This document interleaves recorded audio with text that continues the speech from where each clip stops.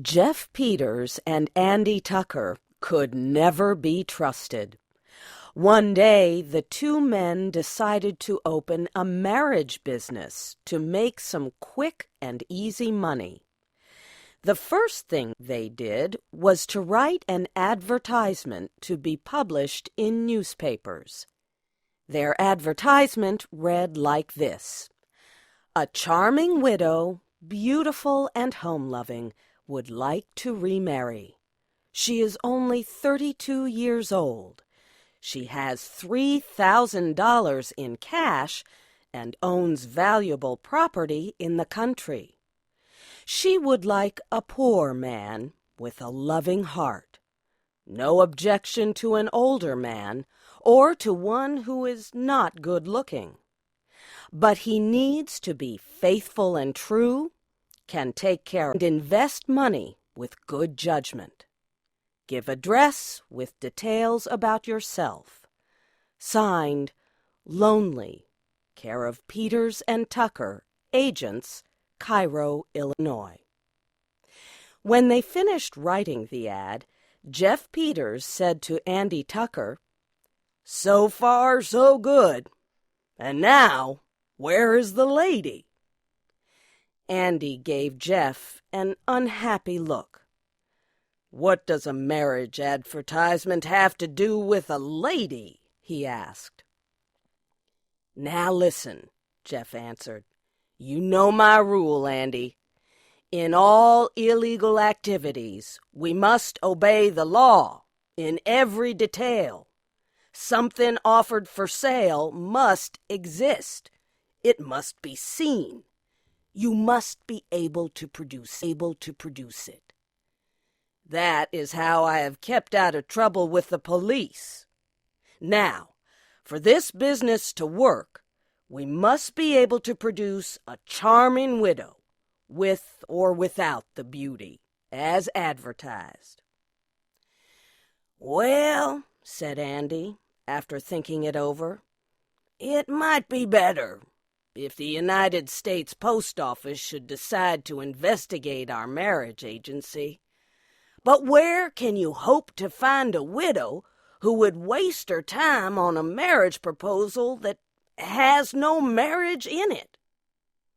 Jeff said that he knew just such a woman. "An old friend of mine, Zeke Trotter," he said, "used to work in a tent show. He made his wife a widow by drinking too much of the wrong kind of alcohol. I used to stop at their house often. I think we can get her to work with us." Mrs. Zeke Trotter lived in a small town not far away. Jeff Peters went out to see her.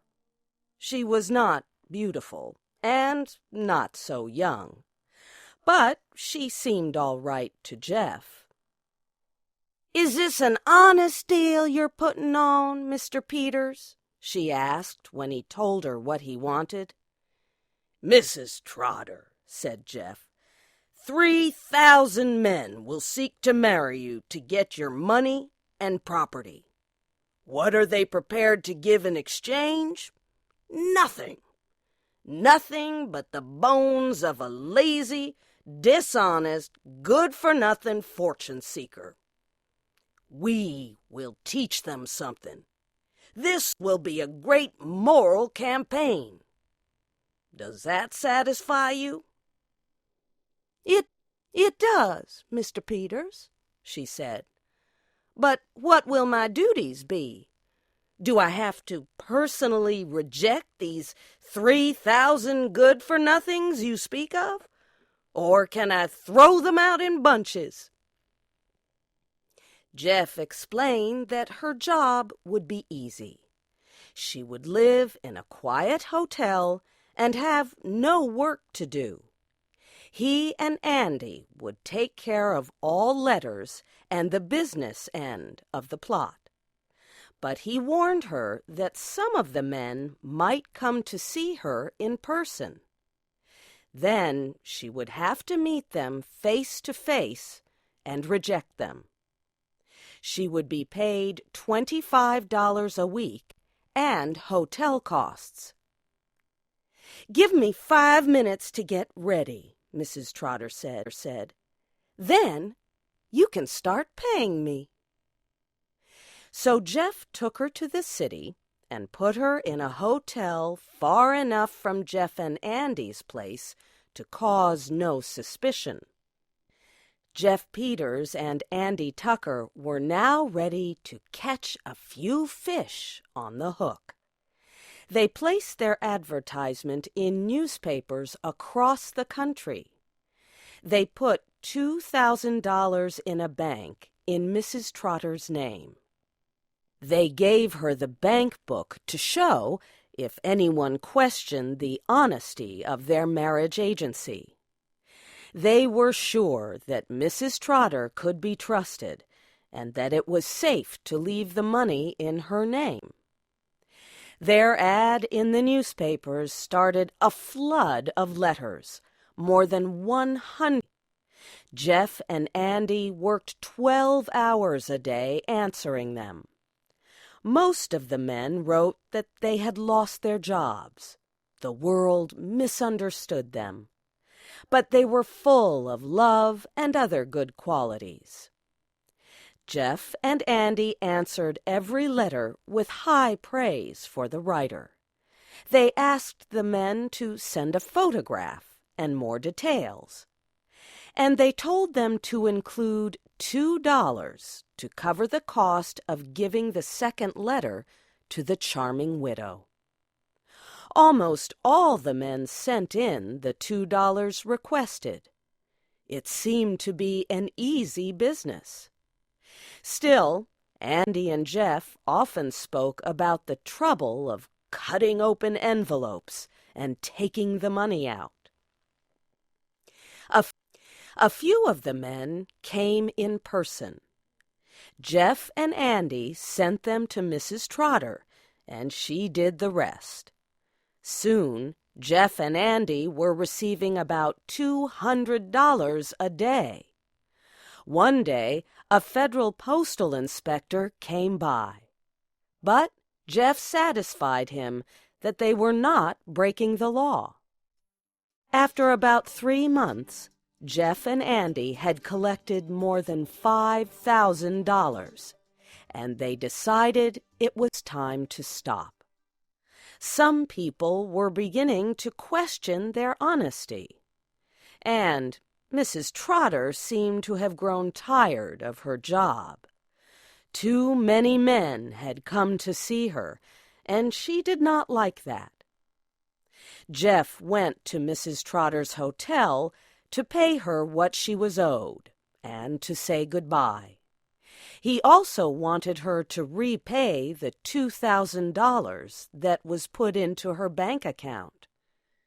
When Jeff walked into the room, she was crying like a child who did not want to go to school.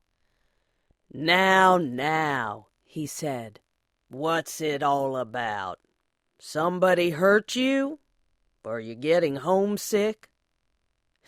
"No, Mr. Peters," she said. "I'll tell you. You were always a good friend of my husband, Zeke. Mr. Peters, I am in love. I just love a man so hard I can't bear not to get him. He's just the kind I've always had in mind." "Then take him," said Jeff. "Does he feel the same way about you?" "He does," Mrs. Trotter answered. "But there's a problem. He is one of the men who've been coming to see me in answer to your advertisement, and he will not marry me unless I give him the $2,000. His name is William Wilkinson." Jeff felt sorry for her. He said he would be glad to let her give the $2,000 to Mr. Wilkinson so that she could be happy. But he said he had to talk to his partner about it. Jeff returned to his hotel and discussed it with Andy. "I was expecting something like this," Andy said. "You can't trust a woman to stick with you in any plan that involves her emotions." Jeff said it was a sad thing to think that they were the cause of the breaking of a woman's heart. Andy agreed with him. "I'll tell you what I'm willing to do," said Andy. "Jeff, you have always been a man of a soft and generous heart. Perhaps I've been too hard and worldly and suspicious. For once, I will meet you halfway. Go to Mrs. Trotter. Tell her to take the $2,000 out of the bank and give it to this Wilkinson fellow, and be happy." Jeff shook Andy's hand for a long time. Then he went back to Mrs. Trotter. She cried as hard for joy as she had done for sorrow. 2 days later, Jeff and Andy prepared to leave town. "Wouldn't you like to go meet Mrs. Trotter once before we leave?" Jeff asked Andy. "She'd like to express her thanks to you." "Why, I guess not," Andy said. "I think we should hurry and catch the train." Jeff was putting all the money they had received in a belt he tied around his body. Then Andy took a large amount of money out of his pocket and asked Jeff to put it together with the other money.